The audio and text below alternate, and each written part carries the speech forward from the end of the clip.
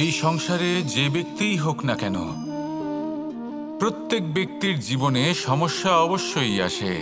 এমন কিছু মানুষ আছেন, যদি তাদেরকে জিজ্ঞেস করেন যে এমনটা ঠিক কেন হলো, তাহলে পুরো দোষটা তারা নিজেদের পরিস্থিতির ওপর ন্যস্ত করেন।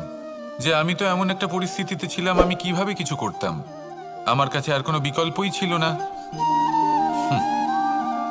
চলুন কথা বলা যাক মহাভারত নিয়ে। ভীষ্ম পিতামহ, ওনাকে জিজ্ঞেস করা হলো আপনি এরকম প্রতিজ্ঞা কেন করলেন।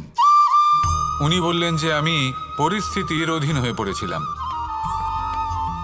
সেই জন্য। এই প্রশ্নটাই যখন অর্জুনকে করা হলো, তখন অন্য একটি দিক প্রস্ফুটিত হলো। অর্জুন নিজের পরিস্থিতির কারণে জীবনে কখনোই বাধা পড়েননি।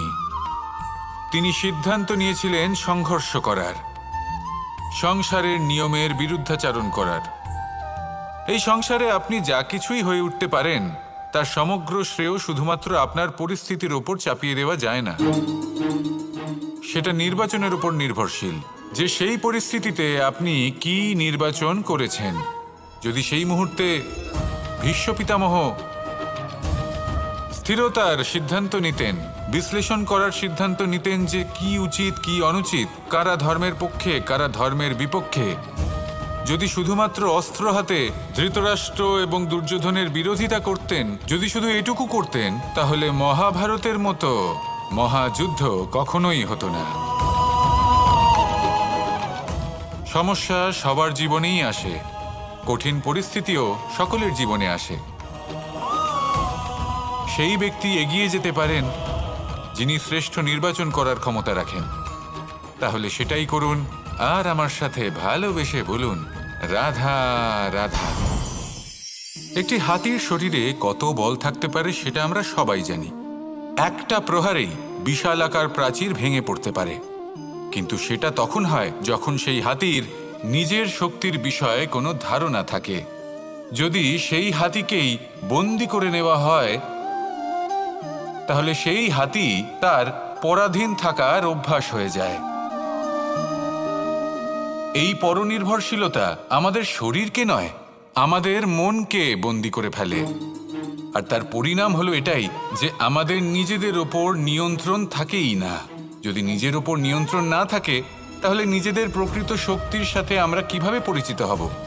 সেই জন্য এই সংসারের সবথেকে বড় আনন্দ হলো স্বাধীনতা। এই স্বতন্ত্রতাকে আনুন নিজের বিবেচনায়, নিজের চিন্তাভাবনায়, নিজের জীবনে। কারোর কথায় প্রভাবিত হবেন না, নিজের বিবেকবোধ জাগ্রত করুন এবং এগোতে থাকুন। যখন এই বিবেচনা স্বতন্ত্র হবে, তাহলে এই মন জীবন স্বতন্ত্র হয়ে উঠবে, আর তখনই নিজের আসল শক্তি আপনার সামনে আসবে। আপনার সাহস, আপনার প্রতিভা আপনি জানতে পারবেন, তখনই জীবনে এগোতে পারবেন। তাহলে আসুন আর আমার সাথে ভালোবেসে বলুন রাধা রাধা। এই সংসারে অনেক অনেক এমন জ্ঞানী আছেন যারা নিজের সমস্ত জীবন জ্ঞান অর্জন করতে অতিবাহিত করেছেন। এই সংসারে এমন কোনো বেদ নেই, কোনো পুরাণ নেই, কোনো শাস্ত্র নেই, কোনো ভাষা নেই যা ওনারা জানেন না।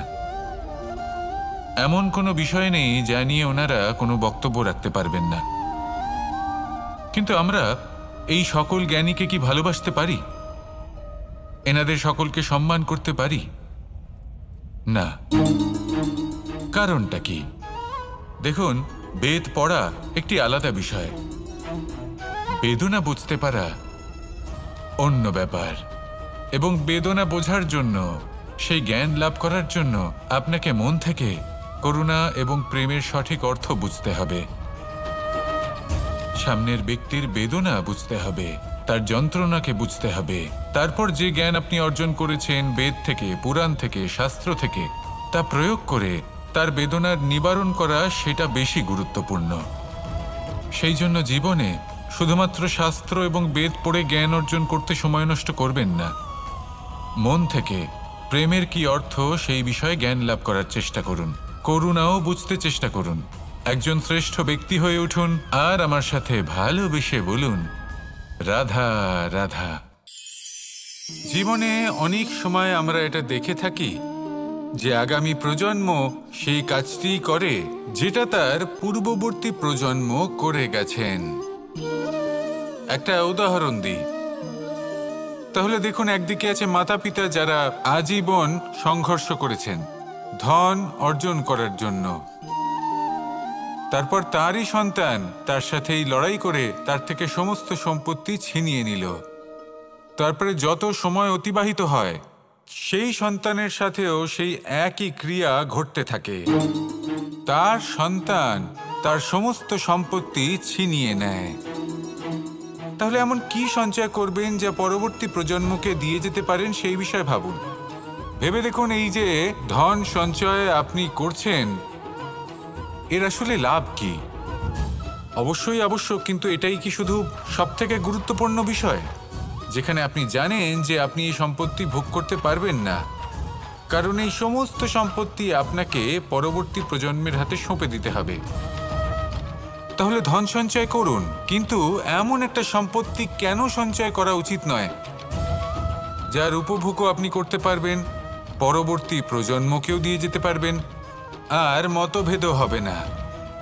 এমন সম্পত্তি আছে, আর এই সম্পত্তি হলো প্রেম। যদি আপনার মনে কোনো কিছু সঞ্চয় করার বাসনা জেগে ওঠে, তাহলে প্রেম সঞ্চয় করুন। সেটা পরবর্তী প্রজন্মও পাবে এবং সেই প্রজন্ম ভবিষ্যতে ভালোবাসা ছড়াতে থাকবে। আর তখন এই মন সুপ্রসন্ন হয়ে বলবে, রাধা রাধা।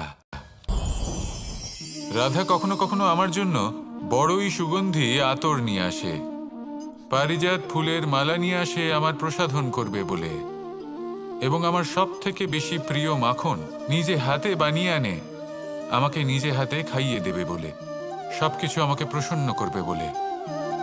কিন্তু আপনি কখনো ভেবেছেন যে এই আতর কিভাবে বানানো হয়?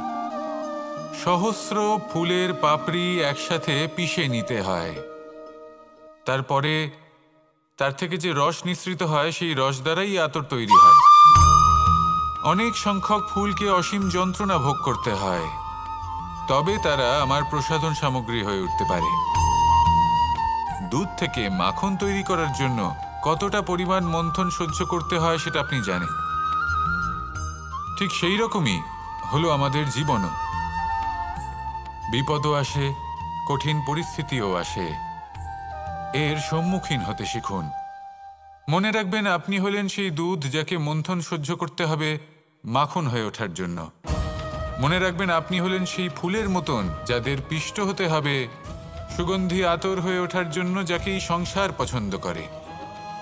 কখনো কখনো জীবনে আপনার সাথে খারাপ শুধুমাত্র এই কারণে ঘটে যাতে আপনার শ্রেষ্ঠ রূপ এই সংসারের সামনে আসতে পারে।